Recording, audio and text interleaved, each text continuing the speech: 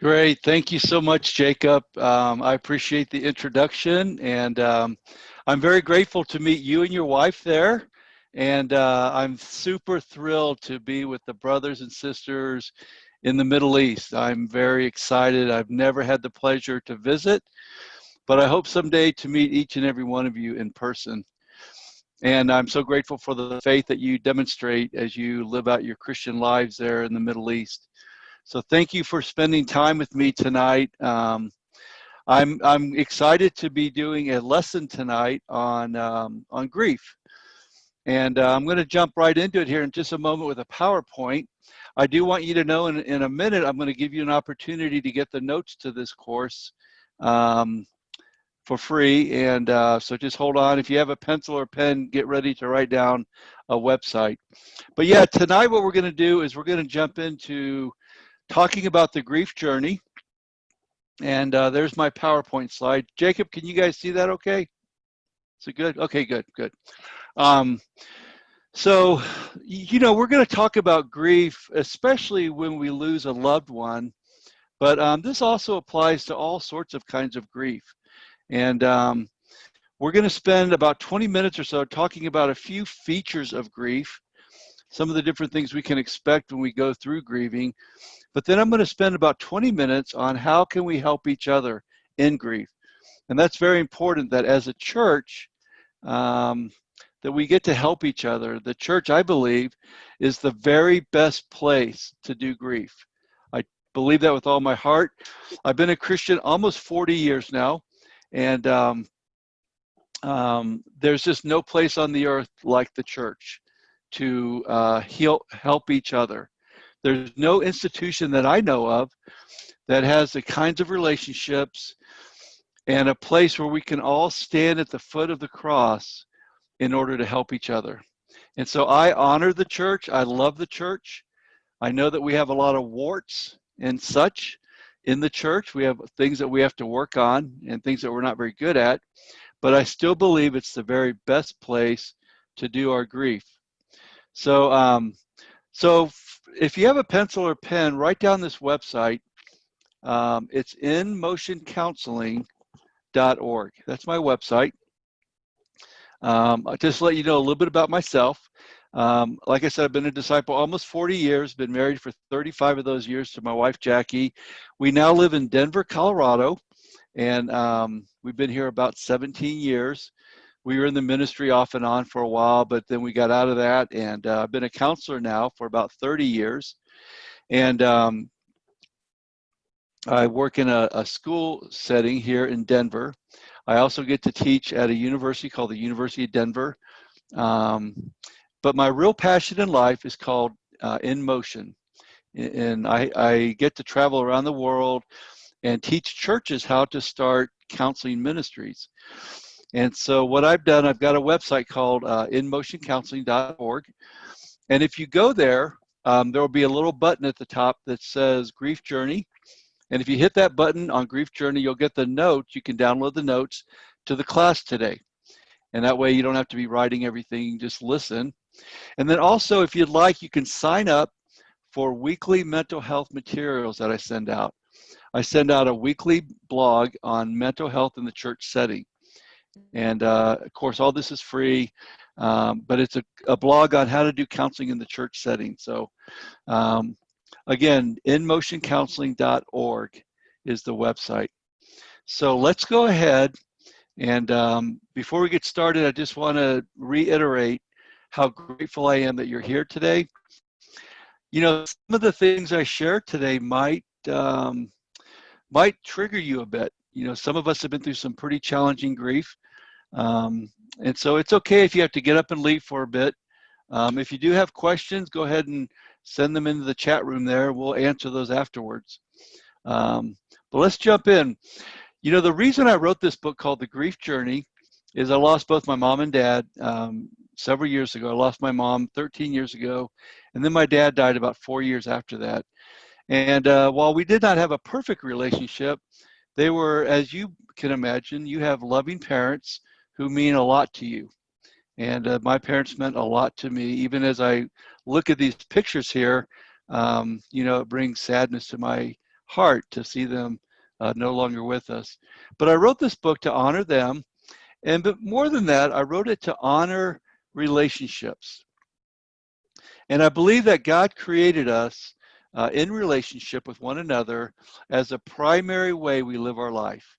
You know, we live our lives based on relationships. And certainly you know that to be true in your own family growing up, and then in the church as well, that we have very deep and abiding relationships. So I wrote it in honor of them. So why do we do this? Why would you get up, or why would I get up on a Saturday morning and talk about grief? Why would you spend your Saturday evening listening to a strange person talk about grief? Well, here's the reason why we do this kind of thing, is either we deal with our grief or grief deals with us, and it deals with us with hidden cost. In other words, if we don't engage our own grief, our grief will engage us. Here's an example. I know people who lost loved ones 20 to 30 years ago, and they're still struggling with their grief. And so if we don't engage our own grief, then our grief will certainly engage us. And it's usually with negative results. So we want to help each other to engage our grief. And why do we do this? So, you know, we engage grief so we can resolve issues. There's just issues that come along with grief. We do this because engaging our grief helps us to learn how to be vulnerable. Listen, brothers and sisters and friends, God is vulnerable. God sent us his only son. That was a very vulnerable thing for him to do. Jesus was very vulnerable. He allowed people to hurt him. He allowed even people that loved him to hurt him. And he was vulnerable. So grief gives us a chance to learn vulnerability. We can actually restore relationships in grief, even with those that we've lost. And I'll show you how to do that in a minute. And then finally, when we engage our grief, the encouraging thing is that we become what I call a pioneer of compassion. In other words, we become people that know how to help other people in grief.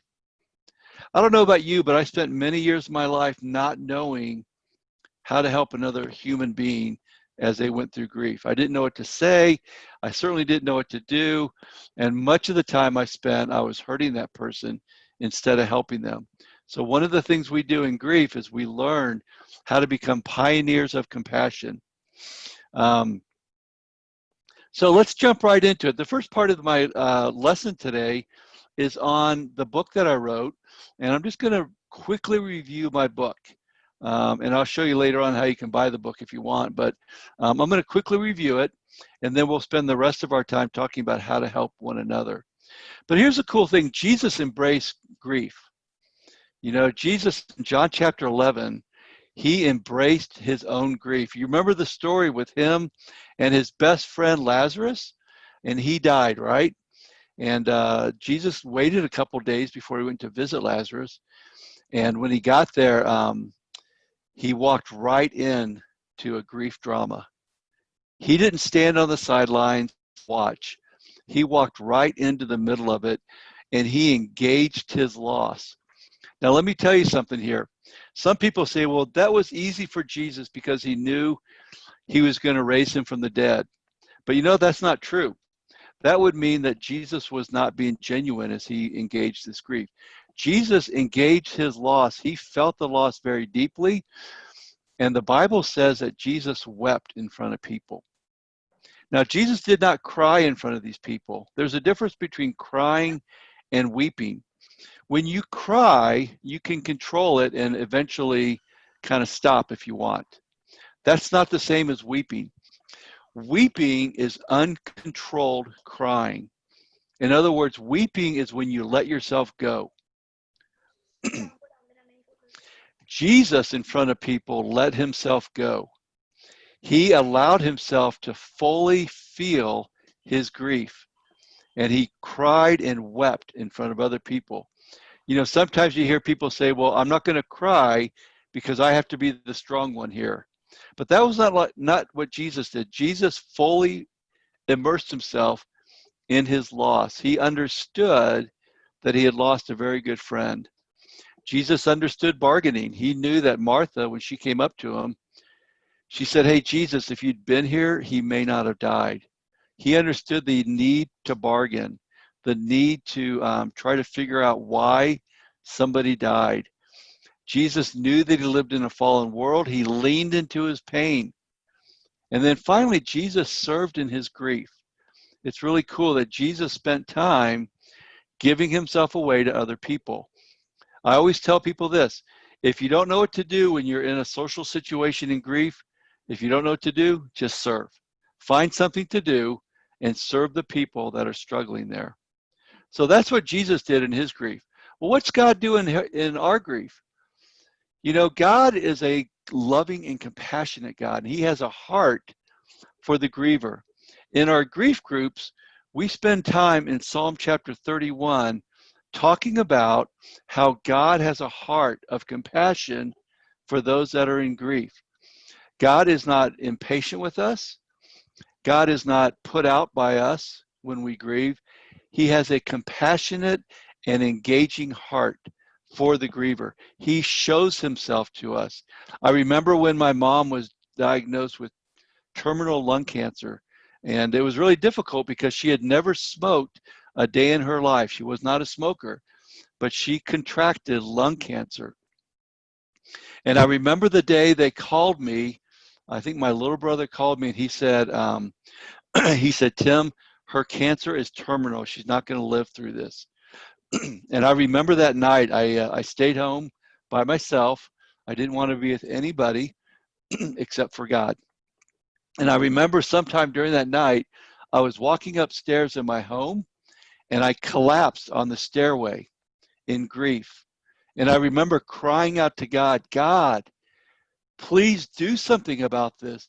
Intervene in my mom's life." And even as I prayed that, I knew this was not going to end well. But during that time, you guys, God revealed himself to me. He showed his heart to me. He drew near to me. He's very aware of what we're going through, and he draws near to us in our grief. God is an expert at grief. He lost his only son. He knows what grief is all about. So God has a heart for the griever. How about us? What are the things we should expect for ourselves as we go through grief? Well, there's things that we should be expecting that we're going to go through. First of all, we might go through mental challenges in grief. In other words, our minds and our thinking could be really challenged here. Sometimes we have confusion. We go back to work, maybe after the funeral, and we're distracted, perhaps. I remember with my mom dying, I was very distracted for weeks and weeks. It was hard for me to concentrate. So we have mental challenges. We also have physical challenges. Some people begin to sleep a lot of hours. Some people don't sleep much at all.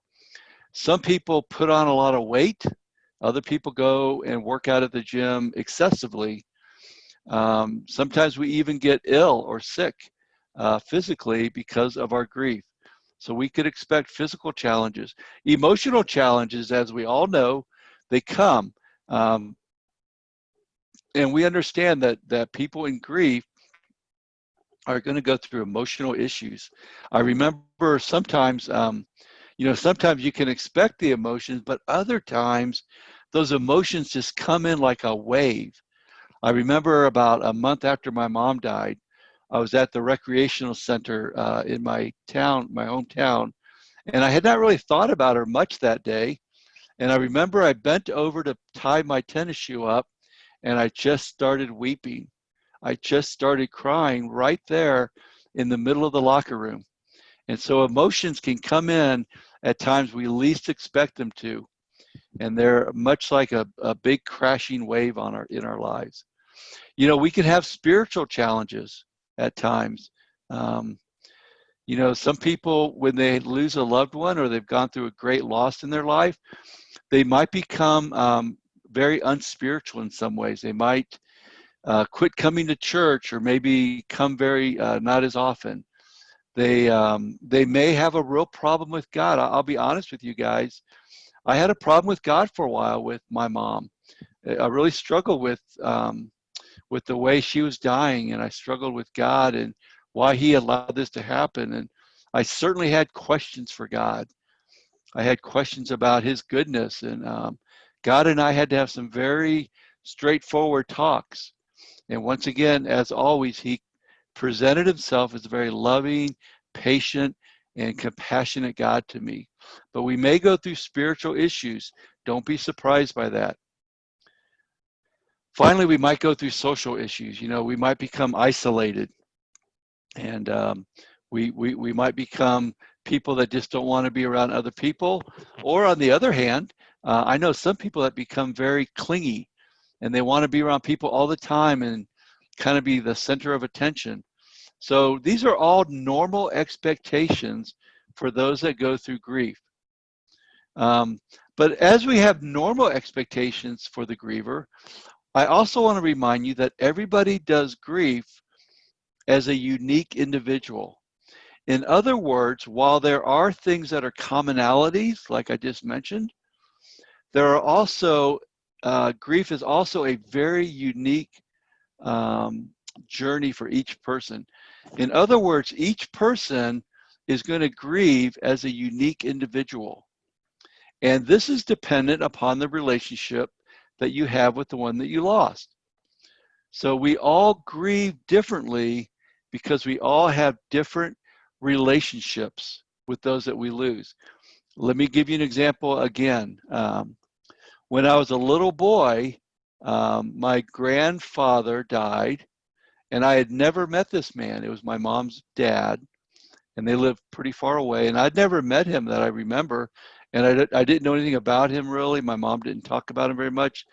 So when he died, it didn't impact me very much at all. I didn't have a relationship with him.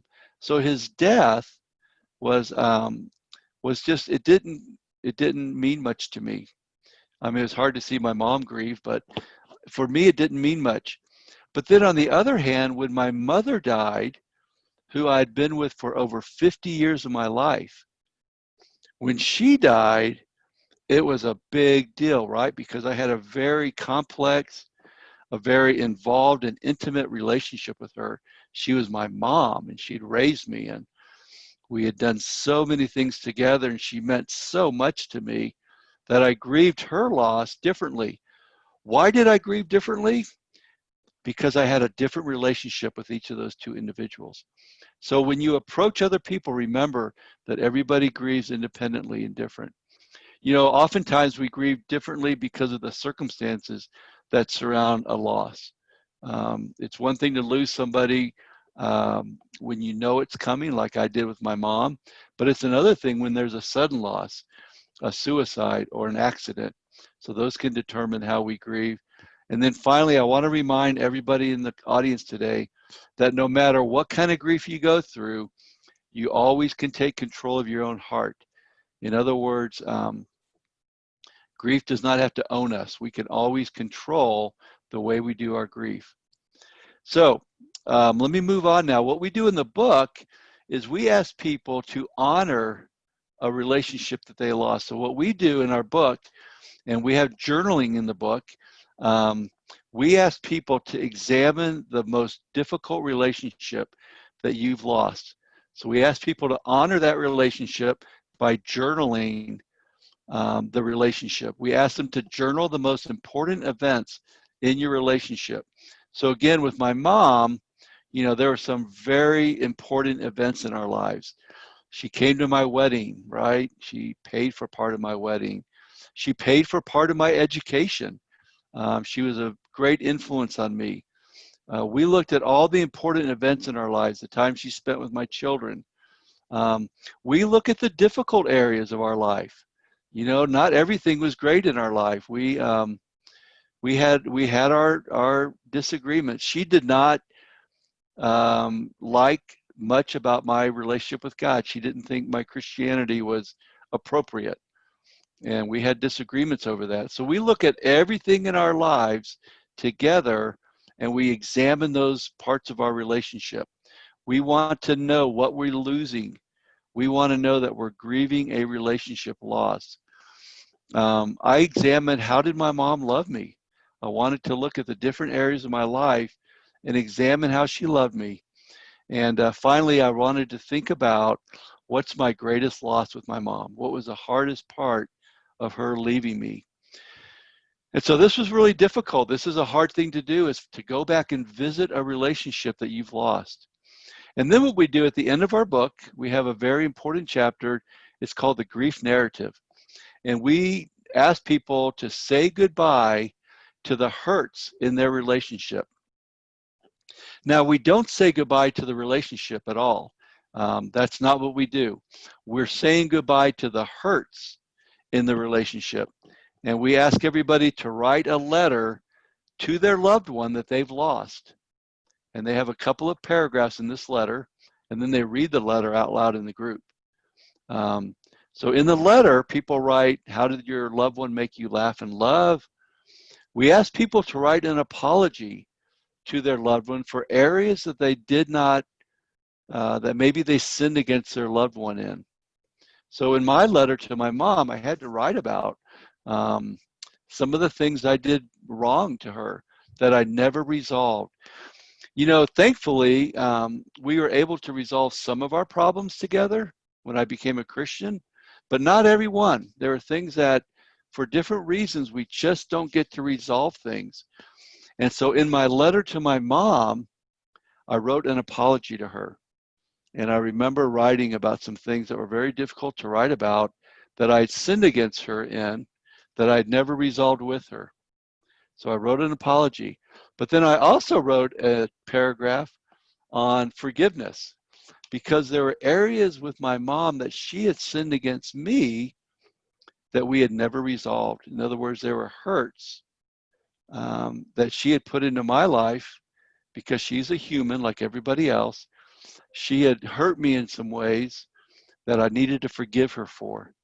And see, these are the things that really help us resolve our grief. When we spend time resolving the unresolved parts of our relationship, then we can begin to grieve properly. I want to reiterate that. The goal of this book is to help us understand grief, and then to resolve unresolved issues to the best of our ability. And when we do that, then we're allowed a better way to grieve. We also wrote a noteworthy statement. I wrote a statement about my mom in this letter. And then I said goodbye to the hurts, but not the relationship.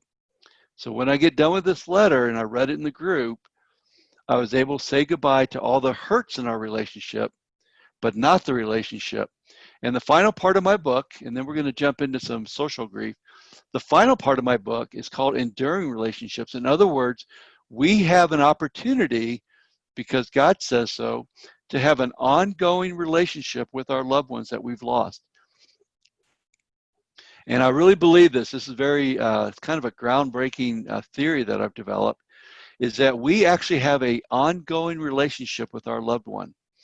And I thought, you know, this really sounds good to me, but I want to find it in the Bible. And it was really amazing. It's all over the Bible. And God, I'm not going to go into it now, but God uses stones or memorials with stones to show us that we have an ongoing relationship with our loved ones who have already died. And I want to give you a story here real quick, and then we'll move on. We have an ongoing relationship with our loved ones. They influence the decisions we make even today. After my mom died, I was working on my PhD. And in my PhD, I had to write what's called a dissertation. And it's a research-based book, which I had never done before. I had no idea what a research-based book was, but it was pretty daunting, to be honest with you. And so I was writing this research-based book. I'd done a bunch of research, and I got super frustrated, and I quit. I just stood up from the kitchen table. I was on my computer. I just stood up and I said, I'm done. I'm not going to finish this stupid book. And I was getting ready to throw away like 4 years of work because I was frustrated. So I left the kitchen and I walked into our piano room. We have a room with a piano in it. And on that piano, you can see a picture of my mom and dad, and those are their ashes in those little vials there. So I walked over to the piano and I started talking to my mom. Now, my mom, when she was alive, was very involved in my education. She paid for a lot of my education. She worked hard so that I could be educated. And I started talking to her and I said, Mom, I'm going to quit. I don't want to finish this PhD. I can't do it. And guess what happened? My mom talked back to me. Now, she didn't talk back to me in audible words, okay? So calm down for a second there. I didn't hear her voice in my ears, but I heard her voice in my heart. And guess what she was saying to me? She was saying to me all the things she had said to me for many years. Tim, get back to work. Tim, quit complaining. Tim, you know you can do this. You've done it before. And as I stood there and talked to her and then listened to her in my heart, I made a decision to go back to the table and re-engage my studies. And of course, I finished my PhD and defended it and all that.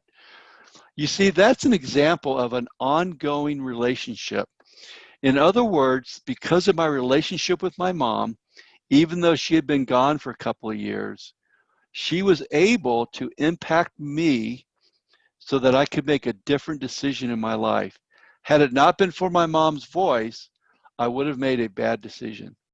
So we teach people, we teach the disciples in the groups and our visitor friends, we teach them that you have the opportunity for an ongoing relationship with your loved ones.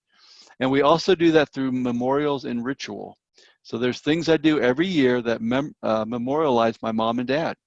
There's just different things I do that are unique to them, that I keep their memory alive. Even this workshop I'm doing today is one way that I keep my memory of my mom and dad alive in my life. So that's what our book does. And if you guys are interested, as we finish up this workshop, if you're interested, I and you want to lead a group in your church, just let me know. Shoot me an email, and I'll train you for free how to lead these groups. Okay? Because I want people to get the help they need. So, anyways, let's shift gears now. We're going to finish up the day with how do we help each other with friends, family, and grief? How do we help each other? Well, let me talk about this for a minute, because in the church, as you know, our relationships are vital.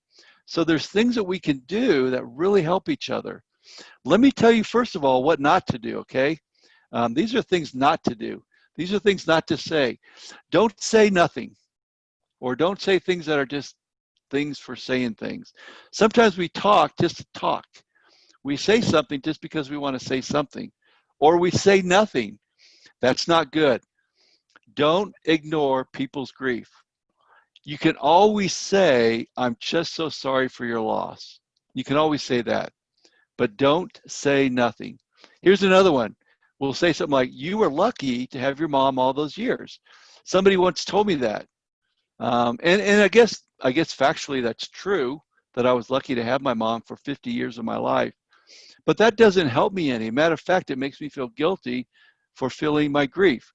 Don't tell people they were lucky. If my mom had died after 150 years, I would still miss her. So you were lucky is not a good one. Here's another one we shouldn't say is, you should be over this by now. I've heard people say that you should be over your grief by now. It's been 3 weeks. It's been a month. It's been 2 months. That doesn't help people to say you should be over your grief by now. If you're concerned that somebody is grieving too long, the way to help them is to ask them questions like, what's it been like for you? Can you tell me a little bit about your mom?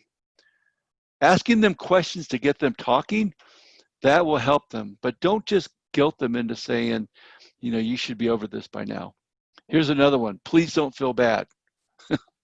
Usually we'll say this because we're feeling bad about them feeling bad.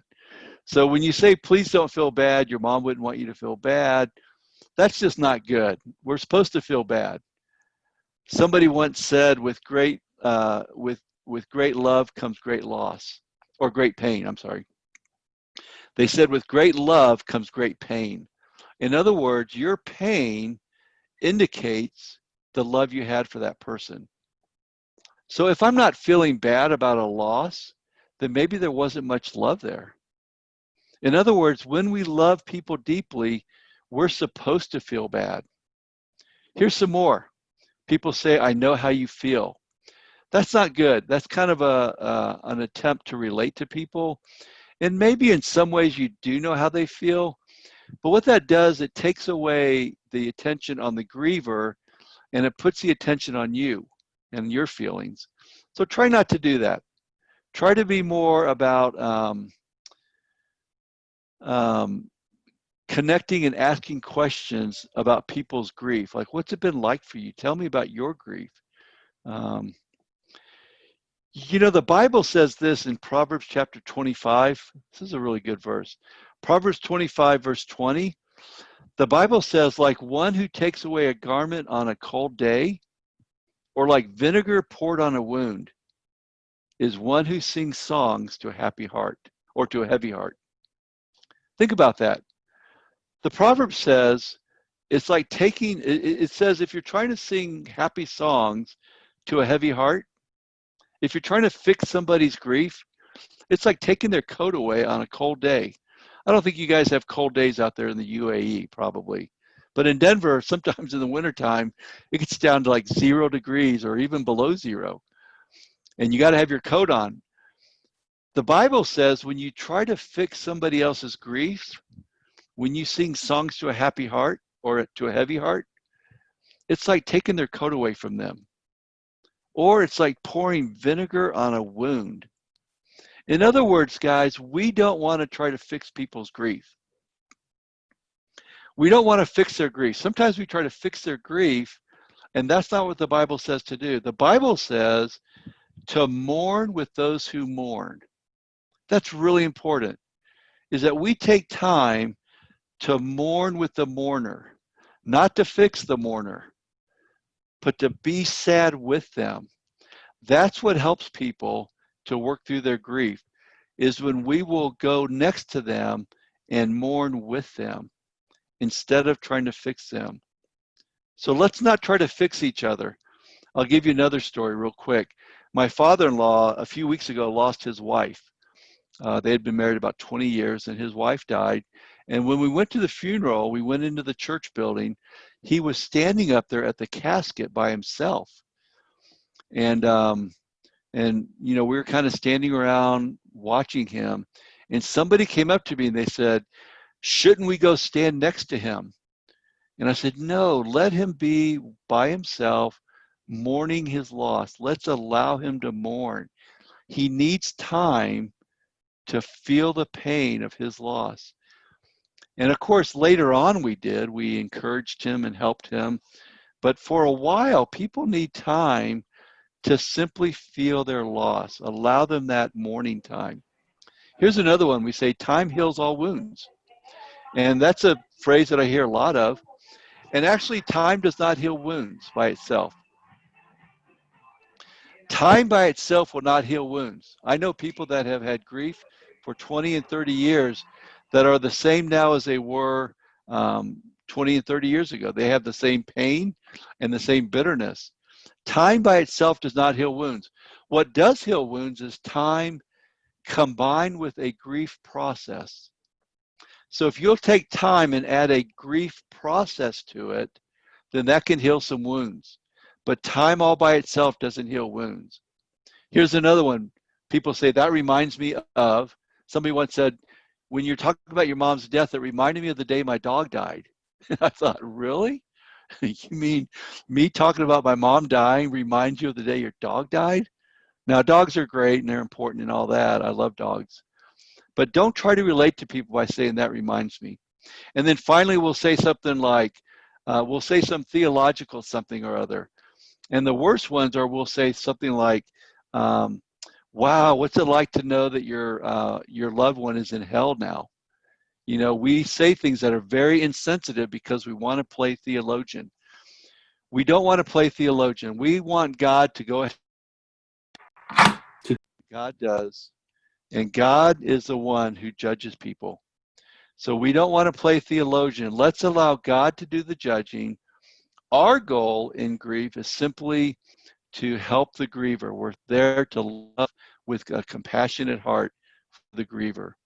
So let me finish up here with a couple more thoughts, and then we'll be done for the day. We reach out by being friends to people in our grief. And I remember the story in Mark chapter 2, I believe it is, where the invalid was taken up on a roof. You remember that story? And by 4 friends lowered him through a roof to be healed by Jesus. So I thought, we need 4 friends in our grief. And I'll go over these real quickly because I want to spend a little bit of time on my final slide. But we need people that can relate to us. So we do need somebody that's been down the grief journey before. We need a friend in grief. We need somebody that'll listen to us. And finally, there's times that we need a truth teller. In other words, we need somebody at times in our life when we're in grief to come in with the truth and help us to maybe get back on track. So those are 4 different kinds of friends that if you're in grief, you'll want to make sure you've got those kind of people in your life. And then if you're a friend to people, you want to be these kind of people to your griever friend. In other words, there's times where we need to be listeners. There are times that we may need to be a truth teller to the griever. But these are different roles that we can play in grief. But let me finish up with my final slide here, and then we'll do some questions and answers. How do we help a grieving friend? Here's some really important tips. First of all, timing is really important. Oftentimes when people have a loss, the first week or two, they're getting a lot of support. They get a lot of cards in the mail. Everybody's bringing food over to their house. People fly in from out of town for the funeral. And oftentimes there's quite a bit of support those first 2 weeks. But it's usually around week number 3 and 4 when everything goes back to normal, but the griever is actually really hurting because all the support's gone. So I want to ask you to consider waiting for a couple of weeks before you reach out to the griever in a significant way. So what I do, if I'm not the main person involved, I'll wait 3 weeks before I send a card in the mail. I'll wait 3 or 4 weeks before I even initiate some time with the griever. So timing's important. Secondly, safe and confidential environment's important. In other words, if you're going to ask people how they're doing, you want to make sure that the place that you're asking them is safe and confidential. In other words, you don't want to ask them in the middle of fellowship someday when there's a bunch of people standing around. You don't want to ask them, hey, how you doing?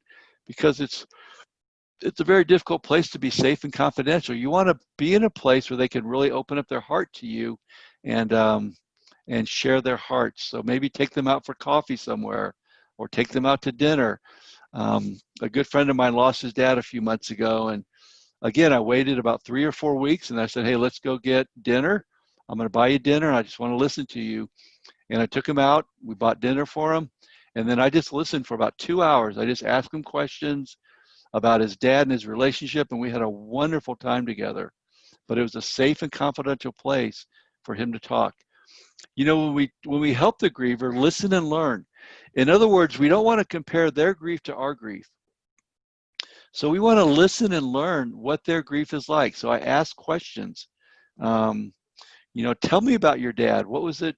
What was the most interesting part of your dad's relationship with you? What were some of the hard things in the relationship you had with your dad? What's your best memory of your dad? What do you miss the most? Things like that. We ask faithful questions in order to listen and learn. Now, you see the word hold the moment in red, and I want to share about that. That's why I put it in red. I want to make sure I remembered it.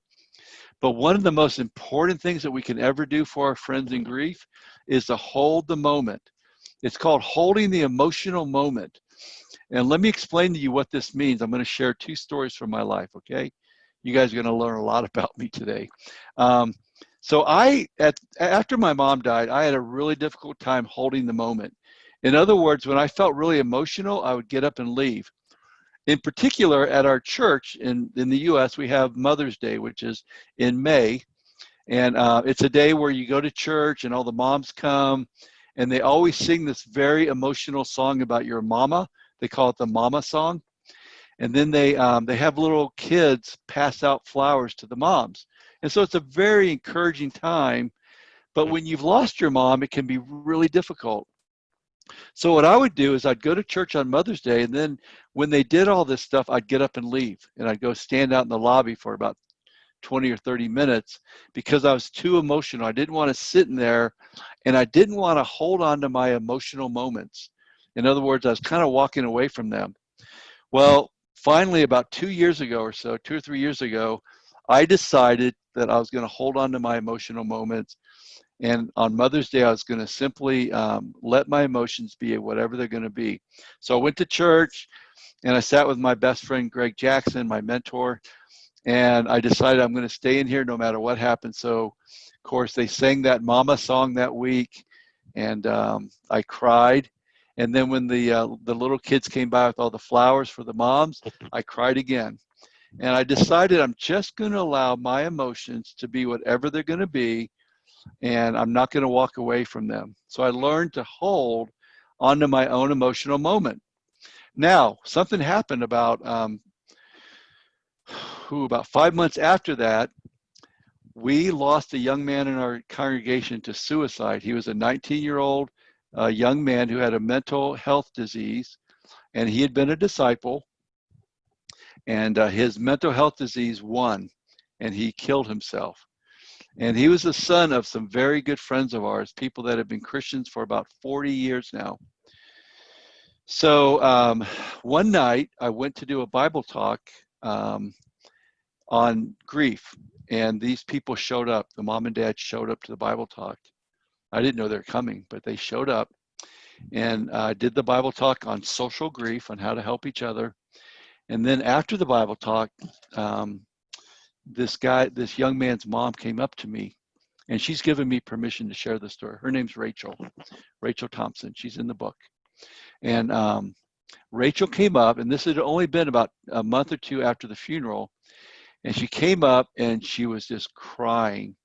And she started talking to me, and she said, Tim, she said, I need Nick to come back. Nick was her son's name. I need him to come home. Nick needs to come back. And she was crying, and we were talking, and she kept saying this thing about Nick needs to come home. Now, what was my temptation? You're right. My temptation was to tell her, Rachel, I'm sorry, but Nick's not going to come home. Nick is gone. But because I had learned to hold on to my own emotional moment, I did not feel the need to correct her. I simply allowed her to carry on her own emotions. And it's very interesting. I stood with her and I cried with her for about 10 to 15 minutes. It was very difficult. It was very difficult to be in that moment with her, but I decided to hold on to her emotional moments. And it's very interesting. What happened was, as we did that together, she began to become more rational. She began to say things like, Tim, I just miss my son. I just miss him. And I learned a very valuable lesson there, brothers and sisters, that if we will hold on to people's emotional moments, we'll allow them to process their grief in a very healthy way. Rachel and I now have a wonderful relationship, and she knows that she's able to come to me with any emotion she has about her losses, and I'm there to be with her. I am not going to correct her. I'm simply going to allow her to own her own emotions. So that's holding the emotional moment. We talked about faithful questions. I want to finish up by asking you to love and act. And here's what I mean by this. I think somebody needs to mute themselves back there. Okay, I'll have to speak over that. I want to ask people to love and act. Here's what I mean by that. Oftentimes at a funeral, we'll hear this happen. You'll walk up to the person who lost a loved one and you'll say this, or at least I did. I'd say, I'm really sorry for your loss. If there's anything I can do, let me know. Now that sounds really good, and it's actually coming out of a good heart, but I notice that nothing ever happens. Nobody ever calls me and say, hey, I need this to be done. The reason is because I put the burden back on the griever. In other words, I put the burden on the griever to come up with something for me to do. and it just never seems to do any good, never seems to happen. And I noticed it became kind of an empty promise. So here's what I decided to do was I decided instead of asking the griever, what can I do for you? I decided to think long and hard enough about what the griever needs, and then I would tell the griever what I'm going to do for them. So here's an example. Let's say there's a woman who lost her husband and she has 3 small children. I would walk up to her and I'd say, hey, I'm so sorry for your loss. I'll tell you what I'd like to do. I'd like to come over on Wednesday night and pick up your 3 kids and take them out to dinner for about 2 or 3 hours so you can have some time by yourself. Would you like that? And when I do that, almost every time the person goes, yes, that would be great. Thank you very much. And I go over on Wednesday night, I pick the kids up, take them to McDonald's or whatever, and I give that person some time by herself. You see, when we want to help people, we want to do it by acts of love. And we typically need to kind of let them know when we're going to do it and how we're going to do it. Now, sometimes she might say, oh, Wednesday night doesn't work or something like that. Maybe we have to negotiate a little bit. But the point here, guys, is go in there with acts of love in order to help people. And then I want to finish up, and then we'll have some questions here in a moment. I want to finish up by saying this. When we get involved with the griever and we get involved in helping other people, it's hard work. It's really difficult work. It's easier not to do this stuff. What we have to have is hearts that hope. In other words, when I help a griever, I have to have a strong heart. In other words, I have to be a person that's willing to get my heart out on the line there, and I have to have a heart that hopes. I have to believe that my God is working on their behalf to comfort them, and he's going to use me to do it. But I have to have a heart that hopes. So that's my grief journey workshop. I hope it's been helpful to you. I want to let you know if you want to buy the book, it's available at ipibooks.com. You can get it in paperback, although I don't know if they're going to ship it to the U.A.E. You can certainly buy an ebook. And if you buy an ebook, you just got to get your own journal to do the journaling in it. It's a book that helps you as an individual, certainly.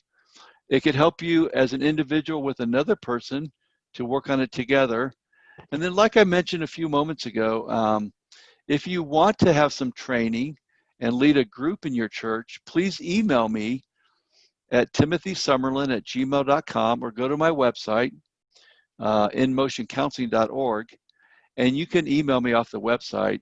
And I'll set up a Zoom meeting to train you for leading these groups. Again, I don't charge for any of this stuff. I just want to see the churches be able to offer things. These, by the way, are great for visitors. If you're looking to love people outside the church, helping them with their grief is amazing.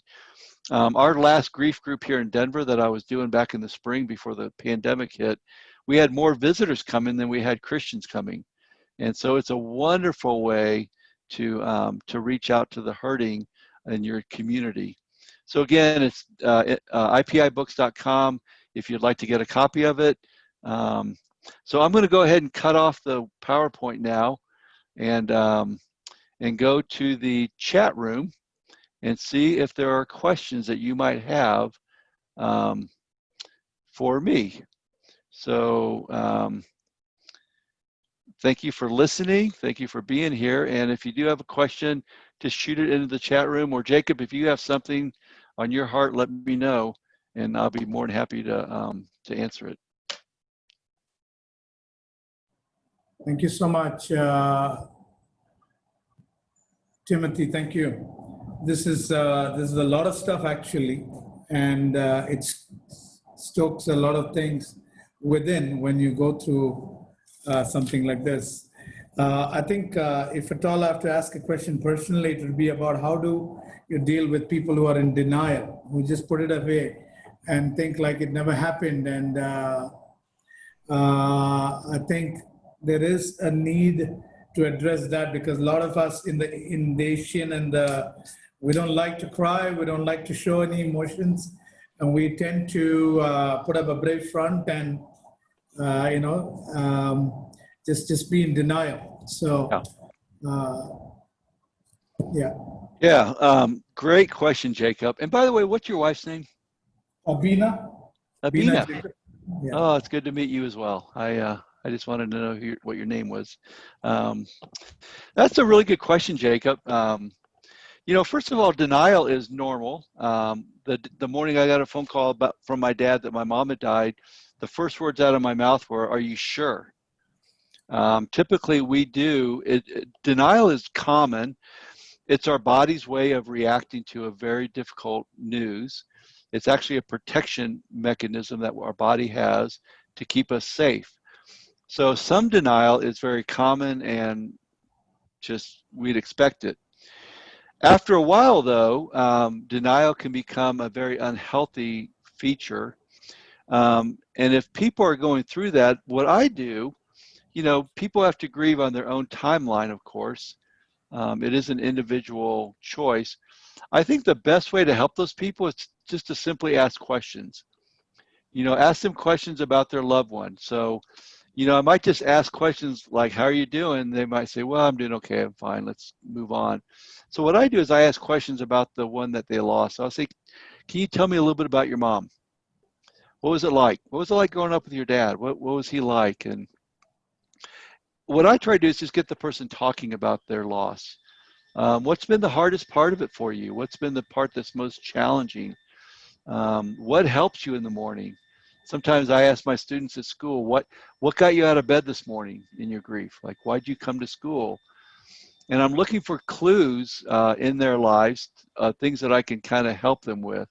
So I think just asking questions, maybe getting them to journal a little bit, like, could you write down some thoughts? Um, the other thing is this might be a time to share your own grief. If they're really shut down, I might say, "Is it okay if I just share with you what it was like when my mom died? Here's some of the things I went through." And I'll be very vulnerable about, my own grief and what it was like for me. And I'll just say, I don't expect you to be like me, but maybe it'll help you to hear my journey a little bit. Um, and typically those things really help. Thanks. Appreciate that. I think there are some questions in the chat box. Yeah. One of the first questions is for extreme grief or chronic grief, what intervention is needed? For chronic grief, again, here's so there's a couple thoughts here. First of all, grief is not always a counseling issue. Sometimes we turn grief into a mental health disease when it's really not. It's a normal life function that we all go through. But there is something called complex grief where, our grief attaches itself to other mental health challenges. So for instance, if we've got clinical depression and then we go through grief, those two can kind of commingle. And at times people do need professional help in those areas. They need help to kind of untangle depression, anxiety, and grief. Um, so there are times where a grief group, while it can always be helpful, is not enough, and they may need professional help. So with chronic grief, definitely get some professional eyes on that. Get to your physician or to a professional counselor, and they can pretty quickly begin to help you with that, I believe. Wow, okay. What about those who blame God for it and do not want to go anywhere near God and they blame God for it? Yeah, boy, that's where I was. Now, I was fortunately had been a Christian long enough to know that my God is a good God. You know, I knew the scriptures well enough to, while I was honest with my feelings, I also understood right from the get-go that God's good. For other people who may not have a strong faith in God, I certainly tell them I understand that. I can understand your feelings about God. It's the same thing when we're going through the pandemic right now, or we go through natural disasters or diseases, coronavirus, certainly those kinds of things. It's natural to say, "God, what's going on?" What I do is I say, that's an opportunity to explore God. I say, "Well, I understand you're hurt. Can we explore God together?" And that's where the scriptures come in. And I'm able to open up the Bible and talk about my God is a good God. And there are some things in our lives that we cannot explain. It's above my pay grade. You know, when people ask me to explain the coronavirus and God, I'm like, that's above my pay grade. I don't know. I can I can give you some opinions or thoughts, but I don't know. God created this world, and my job is just to be a child here and listen to Him. My job is not to explain Him.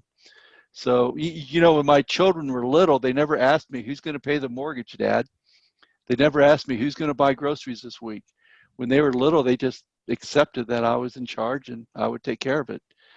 So, but it is, I think, a very good opportunity to let's look at God's character and His goodness. Awesome. How does one know the difference between sadness, mourning, and grief? Well, I'd say the biggest difference in grief and mourning. I mean, sadness is an emotion, right? And guys, we have to honor our emotions. We have a thing in our churches where we're supposed to just get strong again, but that's not being a disciple. Um, Being a disciple is being like Jesus, and Jesus felt His weaknesses. And the interesting thing, it's really interesting to me, and I'll get to the difference between grief and mourning in a minute.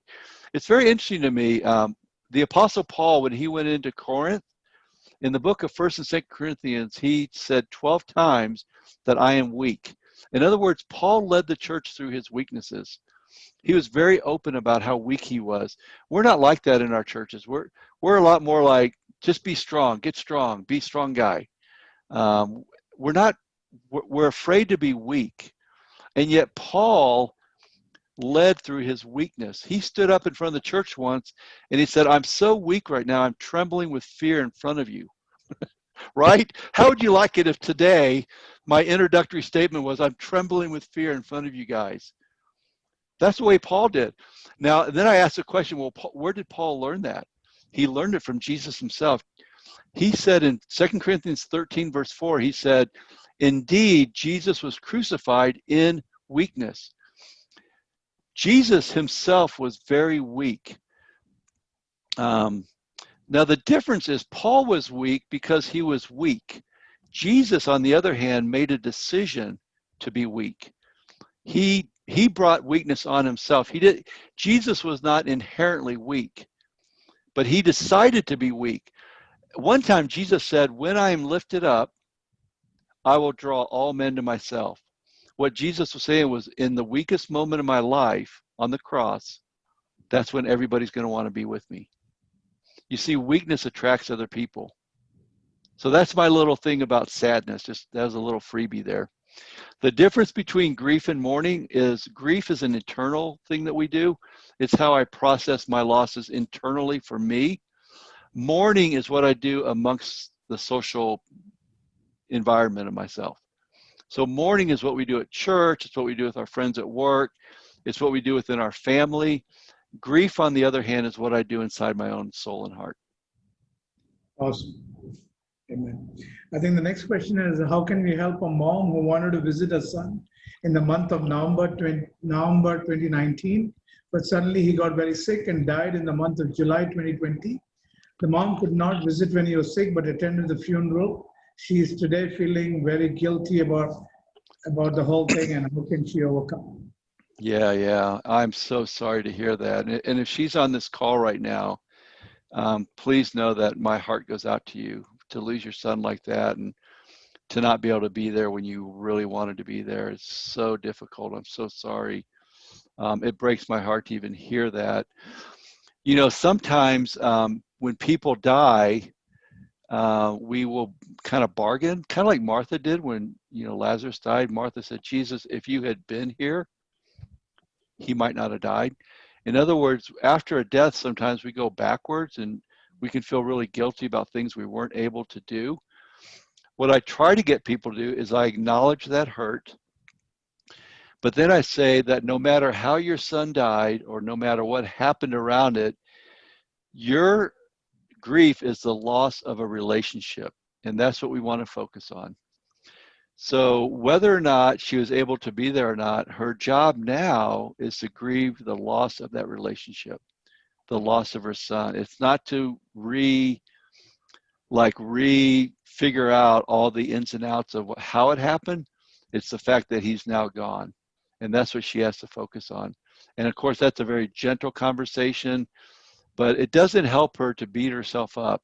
She wasn't able to do that. It was out of her hands, it sounds like. Amen. I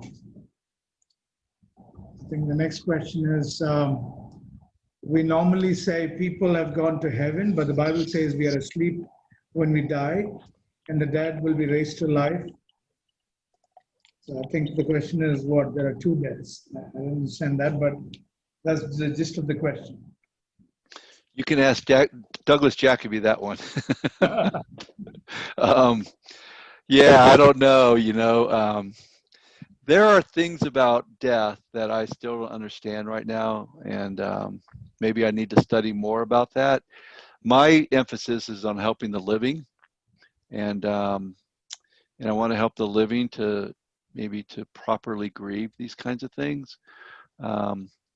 So again, we ask people in our groups not to play theologian. I mean, I think there's a proper place for that. But like with my mom and dad, they were not disciples. But it doesn't, what I had to do with that is I had to put that into God's hands. And God says, I'll have mercy on whom I have mercy. And I felt like that's not my role as a human. It's not my role to judge them. It's my role to love them and to recover from my loss, but not to make definitive statements about them or anybody else's loved one. And again, that may be an appropriate conversation for somebody else to have, but in grief, we're trying to help people get over the loss of a loved one. So that's what I focus on. How much is prayer useful in these times for a griever? How much is what? I'm sorry. Prayer. Oh, prayer. How useful is it? Yeah. Oh my gosh, yeah. Yeah, I think when I was losing my mom and dad, my prayers were probably more authentic than they had ever been before. I think prayer was very raw, and it was mixed with a lot of tears and a lot of, my prayers were not like organized or very pretty. I wouldn't want to write a book on my prayer life during those times. They were very raw and honest, and at times probably even improper, as I poured out my heart to God. But they were very necessary, and God honors honest prayer. The Bible's full of honest prayer. So yes, please pray a lot. Is grief only about a loss of a person and a near and dear one, or could it be a grief amounting from losing an ambition or coming face to face with failure, or going through a financial difficulty? Could that bring grief? Yes. Somebody once said that all life is loss. And if you think about it, it's true, isn't it? Almost from the time you can remember as your early days, you've lost things. You lost your first girlfriend, your first boyfriend. You lost maybe some academic standing that you used to have. You lost, for those of us getting older, we lose our hair. We lose our ability to perform physically like we used to. We lose dreams. In the ICOC, we all lost dreams back in the early 2000s, where if you were around back then, we had this dream of like, we're going to conquer the world. Everybody's going to become a Christian, right? And then we lost that dream of, or many of us did, of, we got humbled. So yeah, you're right. Grief is all over. The coronavirus, we lose control. I don't get to go out when I want to go out anymore. My daughter stops me at the door and says, "Where are you going, Dad?" All of our losses, all of our life is lost. So we have to honor that loss and learn how to process it. And oftentimes our losses are simply ways of us realizing that we're little children in front of God, and that God's in control ultimately, and I'm not in control of my life ultimately. There are things about me that I just don't have control over. So so yeah, I think all of life is lost. And then our book actually, while it focuses on relational loss, we do have people that come to groups for other kinds of losses. They just have to tweak the book to make it work for them. So yeah. Okay. The next question is, I've seen my dad being very strong all his life, but his death was very painful because he suffered a lot physically in his last days. Many times I've questioned God, why has he allowed such a death? Yes, I just saw that question. And again, whoever you are, I'm just so sorry that you had to watch that happen. And, and I'm sorry your dad had to go through that. That's a great mystery to me, to be honest with you. I don't understand that. Um, I don't know. I wish I could give you an answer for that. The only answer I have is when I go to the scriptures, I read that God is good and he is just. And he is good in what he does. And I see examples of it. I think about the rich man and Lazarus, and God says, that guy, he didn't get much on the earth, but when he goes to heaven, he gets a lot. And those of you that get a lot on the earth, maybe that's all you're going to get. There are things like that that kind of give me a window into God's heart, but I wish I could explain to you why your dad had to go through that, and I'm just so sorry. Um, and I don't have an answer for that. There are things I just don't have answers for that nobody. And if people tell you they have answers for that, be careful, because some of these things, the Bible says, there's a couple places in the scriptures where it says, God, there are things that are too magnificent for me to understand. And I've accepted that I don't understand things about God because he's God and I'm me. And that's one of them, guys, is I don't understand that one.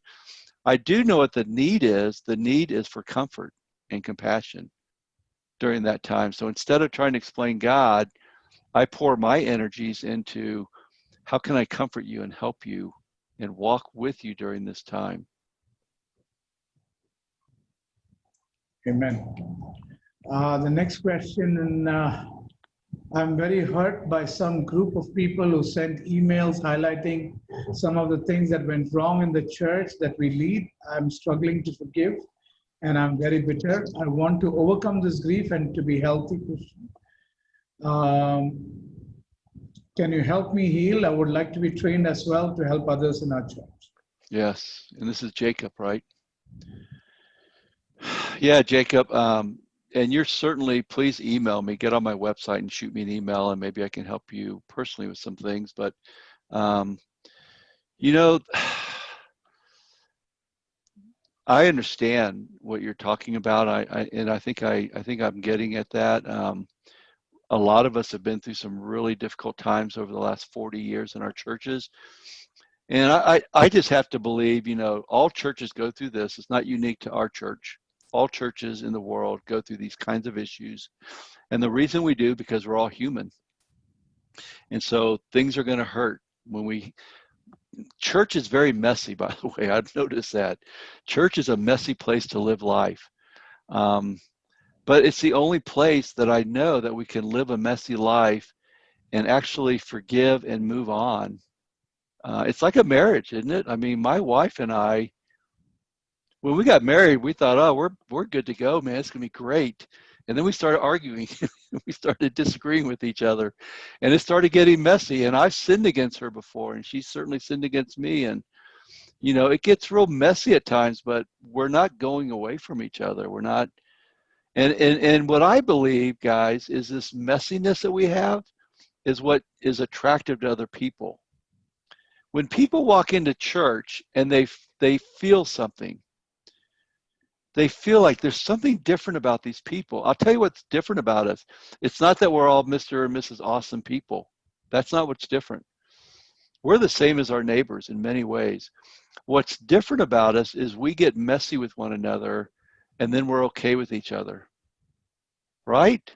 That's what makes us different is we get messy, we know each other's sins, and then we forgive and we move on. And that builds an incredible unity and strength with us. So, Jacob, again, I'm sorry you're going through that. I would love to talk to you sometime. Maybe we can do a Zoom meeting and see how you can maybe heal some of those hurts and build a church for God's glory, because that's what makes God look good. Amen. Well, thanks a lot, Timothy. Yes. It's been a great session. Blessed are the peacemakers, and I think you're one of them who's genuinely reaching out to people and reaching out to people's grief. And we just can't thank you enough. We may call on you personally again to come and give a little bit more wider based I on would love something to. will come up. Yeah. I would love to, On behalf Jacob. of Yeah. So, sorry, go ahead. Oh, no, I would love to do something again. I've got a great one on anxiety that I can do if you want someday. But it's been really a joy to meet each and every one of you. And just pray God's blessing on you tonight. And I'm sure we'll meet again. Okay. I have to run. I've got another one to do here in just a minute. So I'll talk to you guys later. Thank you. Love you. Bye-bye.